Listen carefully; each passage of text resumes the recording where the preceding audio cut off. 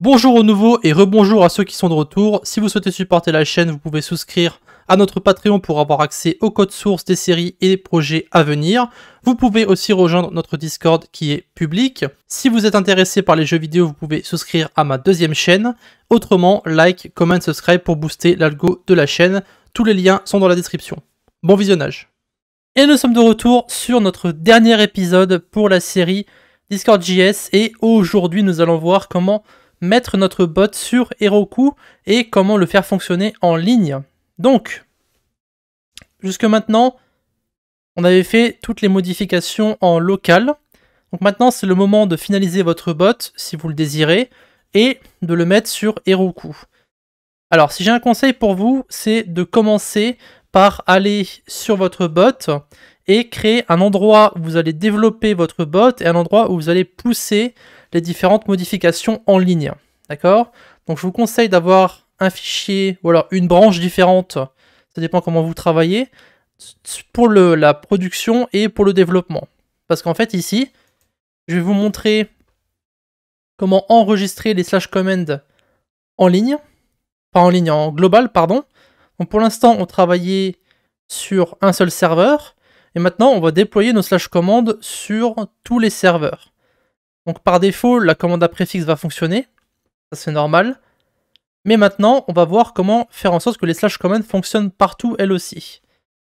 Pour faire ça, c'est très simple. On va passer par le client. Ensuite, on va dans application, donc l'application du bot. Ensuite, on va aller dans command, ici. Donc, ce sera application command manager for this application. Donc on fait client.application. Ensuite commands. Et après, vous avez ici application command manager. Vous avez le set. Et on peut voir ici que dans le set, il faut mettre quelque chose qui va ressembler à ça. Donc ici, commands.set. Et à l'intérieur, en fait, nous, ce qu'on va faire, c'est qu'on va rajouter, pareil, le client.commands.map, commande. Exactement la même chose que ce qu'on a mis au-dessus. Et voilà. Et donc ça, maintenant, on va le mettre en commentaire. Et on va avoir ici notre client application commands.set data. Ok? Maintenant, nos commandes, en fait, lorsqu'on va lancer le bot, elles vont être enregistrées globalement. Alors, comme je l'avais dit lorsqu'on a parlé des slash commands dans les premières vidéos, les slash commands, lorsqu'elles sont en local, donc enregistrées sur un serveur directement, c'est instantané. D'accord? Donc ici, slash commands sur serveur, c'est instantané. Cependant, lorsque c'est slash commands en global, ça prend jusqu'à 1 heure pour s'enregistrer dans le cache. D'accord? Donc pour déployer vos changements en global, ça prendra jusqu'à 1 heure pour s'enregistrer sur tous les serveurs. C'est pour ça que lorsque vous faites des développements, lorsque vous développez votre bot, c'est mieux d'avoir l'enregistrement sur serveur parce que c'est instantané, alors qu'en global, ça prend 1 heure. C'est pour ça que je vous ai dit de faire en fait 2 choses séparées. Donc ça sera notre bot pour les différentes modifications globales. Ok? Donc maintenant, on envoie le bot sur les serveurs en ligne, donc en production, hein, entre guillemets. Et du coup, on veut envoyer tout ça en global. Pour envoyer en global, on va utiliser ça. Alors évidemment, il y a des problèmes avec le fait d'enregistrer les différentes commandes sur le ready. Ça peut avoir des problèmes, renvoyer des erreurs. Mais si vous êtes sur une centaine de serveurs, ça ne devrait pas être un problème. Ça dépend de votre nombre de serveurs. Évidemment, au fur et à mesure que vous allez évoluer et au fur et à mesure que vous allez avoir de plus en plus de serveurs et de plus en plus d'utilisateurs, vous allez rencontrer en fait de plus en plus d'erreurs dans votre code. Parce que justement, vous allez devoir l'adapter au nombre d'utilisateurs qui sont sur votre bot. C'est pour ça que le code de bots qui sont en général très gros et sont aussi très différents. Voilà, donc ici, on a plein de choses à faire. Premièrement, on va devoir aller sur Heroku. Donc ici, alors, je me demande s'il y a un night mode d'ailleurs. Je pense pas qu'il y a un night mode, non. Alors, on va avoir besoin d'un compte sur Heroku, un compte sur GitHub, et on va avoir besoin de Git, plus le CLI d'Heroku. Donc on a 4 choses à faire. Ici, on va aller sur Heroku. Première chose à faire, vous allez arriver sur Heroku. D'accord? Peu importe où vous arrivez, hein. Je vous mettrai le lien dans la description. vous allez aller en haut à droite et vous créez votre compte. D'accord? Vous appuyez sur Register, vous enregistrez votre compte. Voilà, donc ça va ressembler à ça. Vous arrivez sur heroku.com, vous avez ici le sign up en haut, et vous rentrez ici vos différentes informations. D'accord? Si vous avez déjà un compte, appuyez simplement sur le login, et ensuite connectez-vous directement à votre tableau de bord. Voilà, donc le compte sur Heroku est créé, c'est parfait. Maintenant, on va créer un compte sur GitHub. Alors, la raison pour laquelle on va créer un compte sur GitHub, c'est parce que le CLI de Heroku va en fait passer par les différentes informations de Git pour pousser les différents changements sur Heroku. Donc on va envoyer les changements sur GitHub et sur Heroku. Donc ici, on va appuyer sur Sign Up pour s'enregistrer et vous créer un compte normalement. Voilà, donc pour le moment, ne faites absolument rien sur GitHub, d'accord? Ne touchez à rien, vous créez votre compte et pour l'instant, vous laissez ça comme ça. Maintenant, on va avoir besoin de Git. Alors, Git, c'est celui qui va permettre simplement d'envoyer les différents changements sur Heroku et sur GitHub. Si vous ne savez pas ce qu'est Git, c'est pas grave, vous n'avez pas besoin de savoir non plus. Ici, vous allez simplement devoir l'installer. Vous appuyez Download pour Windows et vous installez, donc c'est un logiciel classique. Cependant, pour les différents changements, enfin les différentes configurations à faire sur l'installation, ne touchez absolument à rien, d'accord? Vous faites Next, Next, Next, Next, Next, et vous ne touchez absolument à rien. Tout par défaut est fait correctement. Ensuite, on va installer le CLI de Heroku. Donc ici, alors, je vais juste revenir en arrière rapidement, je ne sais pas si j'ai encore le lien, voilà, ici. Donc on a un article qui s'appelle Getting Started on Heroku with Node.js. Donc ça va nous dire d'installer Git et le CLI pour Windows. Donc tous ces liens, je vous les mettrai dans la description. Vous avez ici l'installeur 64 bits. Vous allez cliquer dessus et ça va vous renvoyer vers l'installation du CLI de Heroku.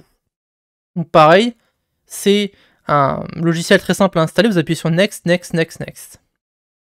Maintenant, il est tout à fait possible que vous ayez des problèmes lorsque vous allez dans votre terminal ici. Si vous êtes dans votre terminal et que vous avez installé Git et Heroku correctement, vous devriez pouvoir taper Git et Heroku à l'intérieur de votre terminal et ça vous renverra des réponses que vous devez taper. Si ce n'est pas le cas, premièrement, relancez VS Code, d'accord? Relancez toutes vos applications, tous vos terminals, tous vos VS Code, fermez tout et relancez tout. D'accord? Parce que pour confirmer l'installation sur VS Code et sur les différents terminaux, vous devez tout relancer. Si ça marche toujours pas, vous allez sur Windows et vous faites une recherche pour le pass. Donc vous faites une recherche, vous marquez PATH en bas. Vous aurez ici accès aux variables d'environnement. Donc vous cliquez ici environnement variable. Vous allez dans système variable et vous cherchez ici PATH. Il est ici. Vous rentrez à l'intérieur. Et là, en fait, vous allez devoir mettre le chemin vers vos applications qui ont été installées. Donc ici, vous allez dans C. En général, l'installation par défaut, c'est C. Ensuite, c'est Program File. Et ici, vous avez donc Git. Et vous avez Heroku. Ok? Donc, vous prenez Git, vous prenez le bin, vous copiez. Et vous allez sur vos variables d'environnement, vous appuyez sur New. Et vous collez le chemin à l'intérieur. D'accord? Et vous faites pareil ensuite pour Heroku. Vous revenez en arrière, vous allez dans Heroku bin, vous copiez le chemin et vous le mettez directement ici à l'intérieur dans les variables d'environnement. Donc faites ça uniquement si vous avez un problème pour activer le Heroku et Git dans votre terminal. Autrement, ne faites rien. Ensuite, ici, on va devoir setup Git pour les gens qui débutent sur Git. Donc ici, vous avez plusieurs commandes. Tout ça, ça n'a aucune importance. Tout ce qui nous intéresse, nous, c'est l'identité ici. Donc vous avez deux commandes. Vous avez git config global username et git config global user email. D'accord? Ça, ce que vous allez faire, vous allez taper ces commandes, vous allez les copier une par une, vous allez le coller à l'intérieur ici, et vous mettez le nom et l'email que vous avez mis sur GitHub. Ok? Donc moi par exemple, mon username c'est abio, donc A-B-Y-O. Donc ici, à l'intérieur des guillemets, je vais mettre abio. Ok? Et ensuite, vous prenez l'adresse email que vous avez enregistrée sur GitHub et vous faites pareil pour la deuxième commande. Si vous ne faites pas ça, vous allez avoir des problèmes pour pousser les différents changements sur GitHub. Ok? Voilà, donc maintenant on a terminé avec Git. Tout est fait correctement. On va pouvoir créer notre repository, donc notre répertoire sur GitHub. Avant de faire ça, on va faire plusieurs choses. Ici, on va fermer tout ce qu'on a fait. Hop, voilà. Donc ici, le .env et le packagelock.json, on va pas les envoyer sur GitHub, ni le node module. Pour éviter qu'on envoie tout ça sur GitHub, on va créer un fichier qui s'appelle .gitignore.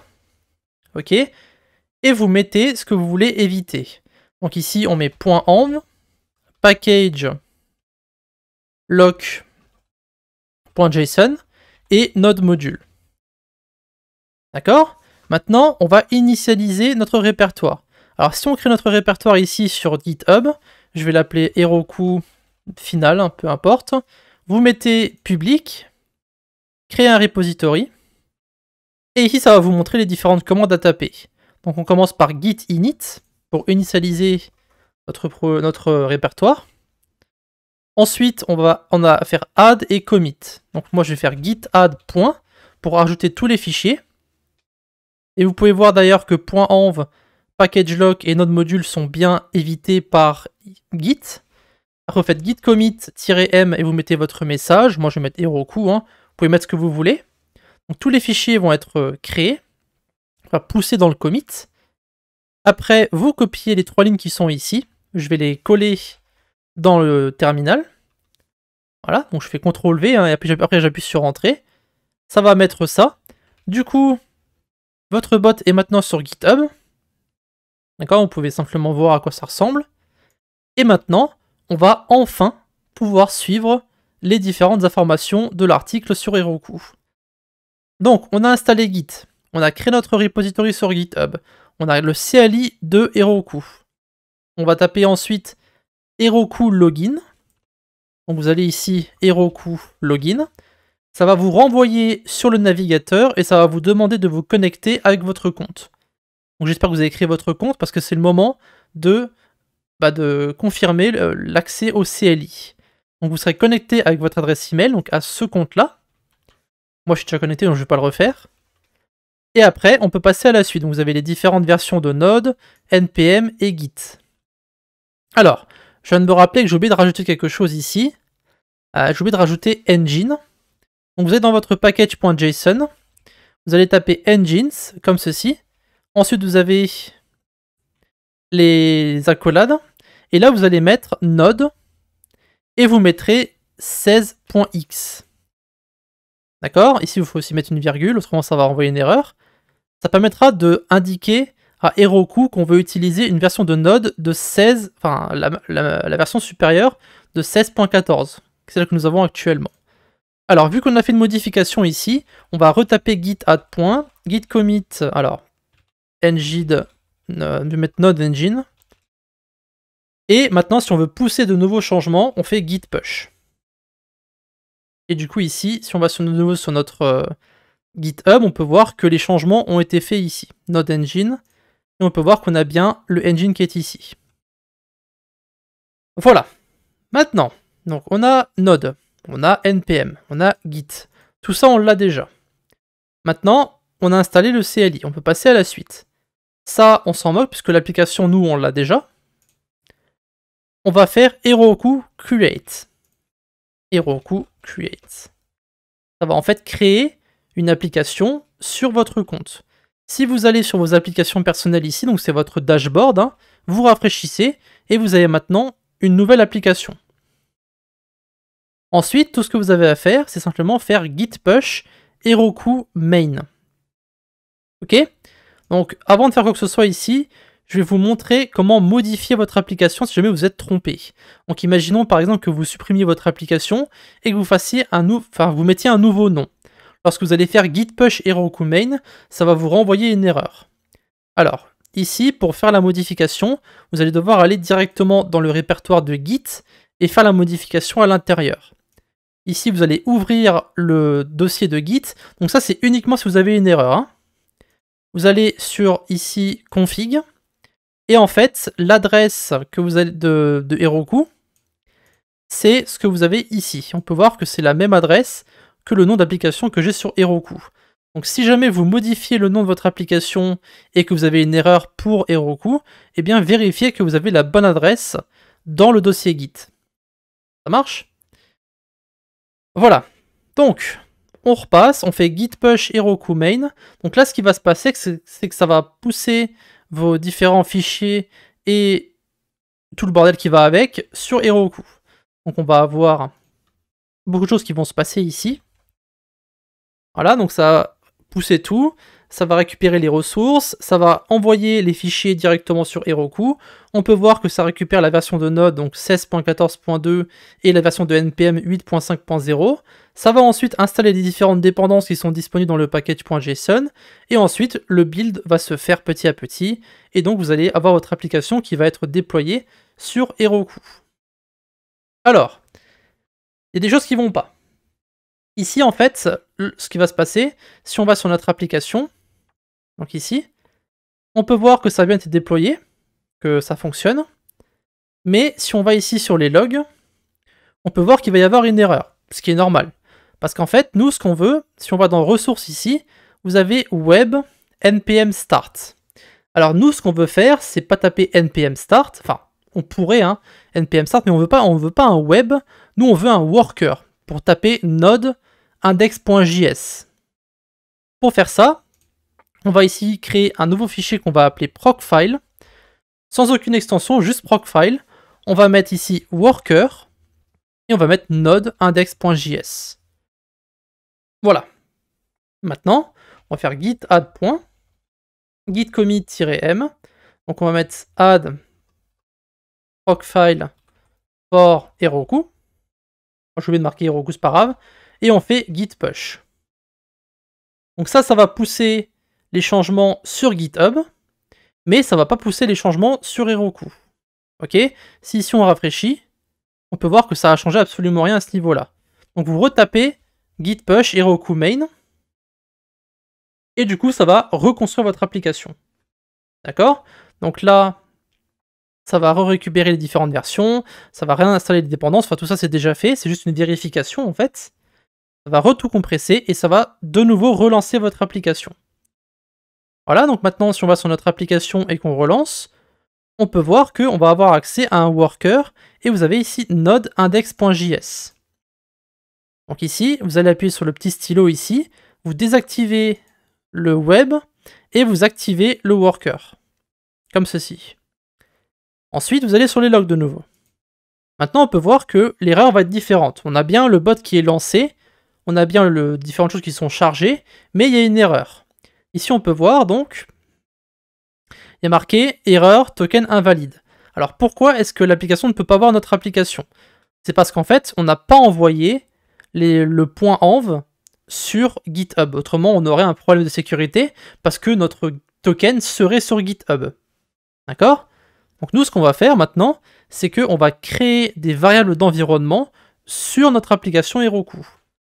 Pour faire ça, on va aller dans Settings, on va descendre, on va aller ici dans Config var, et là vous mettez votre clé et votre valeur. Donc je vais prendre Discord token, clé, et la valeur, le token, j'ajoute, pareil pour la database, hop, clé, hop, valeur, et j'ajoute. Et donc maintenant, ces deux variables-là sont maintenant disponibles pour mon application. Donc si je retourne sur mes logs ici, on peut voir que ici on va avoir notre bot qui a bien été relancé et il y a bien marqué ici prêt à être utilisé par 3 utilisateurs sur un serveur. Ce qui veut dire que si on va sur Discord ici, le bot est bien lancé. Alors encore une fois, il est tout à fait possible que ça prenne un petit peu de temps pour que les différentes commandes apparaissent sur tous les serveurs. C'est parce que on a, je rappelle, enregistré les commandes globalement. Mais vous pouvez toujours utiliser votre préfixe. Si vous faites, alors je ne sais plus c'est quoi, c'était le point d'exclamation, voilà, point d'exclamation help, on peut voir que ça fonctionne parfaitement. Et si on essaie de faire une slash command, On va voir si ça fonctionne ou non. Donc là, on peut voir que ça fonctionne parfaitement. Le bot n'est pas lancé de notre côté, hein. On n'a aucun terminal d'ouvert, on n'a rien qui est fait. D'accord? Mais le bot fonctionne bien, il est bien sur Heroku. Voilà, donc le bot est officiellement en ligne, vous pouvez éteindre votre ordinateur. Ok? Maintenant, le problème avec Heroku. Ici, vous avez ce qu'on appelle des Dino Hours, donc on a en fait un nombre d'heures maximum pour un compte gratuit. Lorsque vous créez un compte, vous avez 550 heures de Dino gratuites. Donc un Dino, c'est en fait simplement l'endroit où votre application va exister. Ok? Donc ça, c'est un Dino. Ici, vous allez sur More, vous pouvez en fait restart all Dinos. Ça permet simplement de relancer votre application. Donc pour faire ça, si je prends la calculatrice et que je divise 550 par 24, donc 24 heures hein, pour une journée, on peut voir que le bot va tourner 23 heures maximum avant d'arrêter de fonctionner. Et ça, c'est dû au fait qu'on n'a que 550 heures par défaut. Ça, c'est le premier problème avec Heroku. Cependant, il faut savoir que si vous confirmez votre compte avec une carte de crédit, donc ici, on parle bien juste de confirmer et pas de payer quoi que ce soit, ça va rajouter 450 heures sur votre quota par mois. Ce qui veut dire qu'on passera donc de 550 à 1000. Et si on divise 1000 par 24, on peut voir qu'on va avoir accès à 41,6 jours par mois. Ce qui évidemment est plus que nécessaire pour faire tourner un seul bot sur Heroku. Voilà, donc une carte de crédit pour vérifier le compte. Encore une fois, c'est complètement gratuit. C'est juste pour vérifier que vous êtes une personne et non un bot. Ok. Le deuxième problème avec Heroku, donc disons que vous êtes à 1000 heures. Si vous tapez ici dans votre terminal Heroku PS, ça va vous montrer en fait le nombre d'heures qui vous reste sur votre quota. Donc ici, on peut voir qu'il me reste 991 heures et 49 minutes sur mon compte. Ok? Voilà, et ça vous montre l'application qui est donc qui est en route, hein, tout simplement. Ok. Maintenant, le deuxième problème avec Heroku, c'est que lorsque vous avez un compte gratuit, donc une dino gratuite, cette dino va se mettre en veille si elle ne reçoit aucun trafic sur une période de 30 minutes. Ce qui veut dire qu'en gros, si votre bot n'a pas de trafic, donc s'il n'y a pas de commandes qui sont tapées sur votre bot, ou qu'il n'y a pas d'accès à votre dino, eh bien le bot va se mettre en veille. Il va s'éteindre, hein, tout simplement. Pour résoudre ce problème-là, il va falloir ping votre application toutes les 30 minutes. Donc il existe plusieurs façons de faire ça. Personnellement, j'utilise une application qui s'appelle Caféine, qui permet simplement de... Ça va en fait simplement ping votre application toutes les 30 minutes pour pas qu'elle s'endorme. D'accord, c'est aussi simple que ça. Donc ce que vous faites, c'est que vous allez sur Open App, ici, vous allez copier ce qui se trouve ici, donc le Starkstream 88343, donc vous, ça sera un nom qui sera différent, et vous allez en fait le coller directement ici, dans l'adresse, et donc il y aura marqué ici « Give my app a caffeine shot » toutes les 30 minutes. Et du coup, en gros, ça va rajouter votre application, et du coup, elle ne s'endormira plus jamais. Donc ça permettra à votre bot de rester en ligne, en fait, hein, tout simplement. Maintenant, le problème, c'est que des applications comme Caféine ici, c'est tout à fait possible qu'elle arrête de fonctionner à un moment ou à un autre. Donc encore une fois, c'est à vous de trouver une solution pour garder votre application en ligne. D'accord?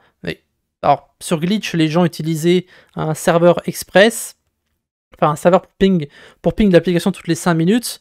Honnêtement, ça n'a aucune importance. Vous n'avez pas besoin d'installer Express et de mettre un code supplémentaire pour garder votre application en ligne. Vous pouvez très bien passer par Caféine ici, mais vous pouvez aussi passer par d'autres moyens. Voilà, donc ça sera à vous de trouver une solution alternative si jamais Caféine arrête de fonctionner. Donc Caféine existe depuis très longtemps, hein. Ça existe depuis 2017-2018. Voilà. Donc ça sera tout. Le bot maintenant fonctionne, il est en ligne. Et on a vu comment pousser des changements sur GitHub et comment les pousser directement sur Heroku. Donc, je pense qu'on va simplement s'arrêter là pour cette série. Si vous avez des questions, n'hésitez pas à les laisser dans les commentaires sur Discord. En ce qui concerne tout ce qu'on n'a pas fait, tout ce qui est musique, etc., etc., personnellement, je vais arrêter de parler de la musique puisque c'est quelque chose qui va simplement arrêter de fonctionner avec Discord.js.